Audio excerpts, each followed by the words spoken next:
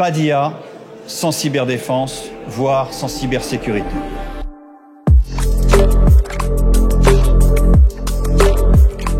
Le lien, il est très clair pour nous, c'est qu'il n'y aura pas de cyberdéfense sans IA. Pourquoi? Parce que d'abord, il y a une menace qui s'amplifie, une menace qui est toujours plus massive parce que l'IA rend la possibilité d'agression plus facile et plus aisée pour nos compétiteurs. Et ensuite, pour la partie sophistication, les attaques de nos adversaires plus étatiques ou les services de renseignement étrangers sont plus sophistiquées en utilisant l'IA pour aller cibler plus précisément nos structures.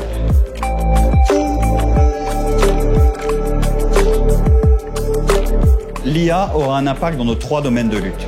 La lutte informatique offensive, défensive et la lutte informatique d'influence. Dans le domaine de l'offensif, et plus précisément si on le prend du côté de nos adversaires, ils vont être en mesure de nous agresser plus facilement avec des capacités qui seront améliorées et amplifiées en termes de volume par rapport à ce qui se passe aujourd'hui.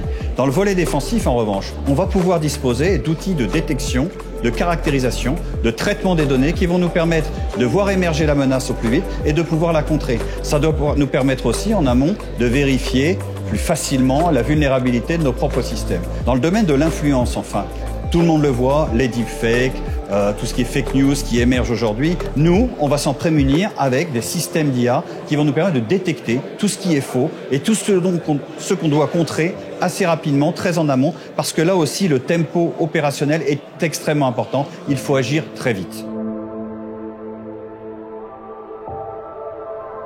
L'IA, effectivement, c'est pas magique, c'est leurrable également. C'est pas un produit qui va vous apporter une solution à tous vos problèmes. Il faut avant tout protéger ces données. Parce que si quelqu'un empoisonne ces données, le produit qui en sortira, soit le système et son automatisation, soit l'aide à la décision que ça va fournir, sera biaisé par l'empoisonnement initial. C'est vrai aussi lorsque les modèles d'apprentissage sont attaqués ou encore quand les algorithmes sont perturbés.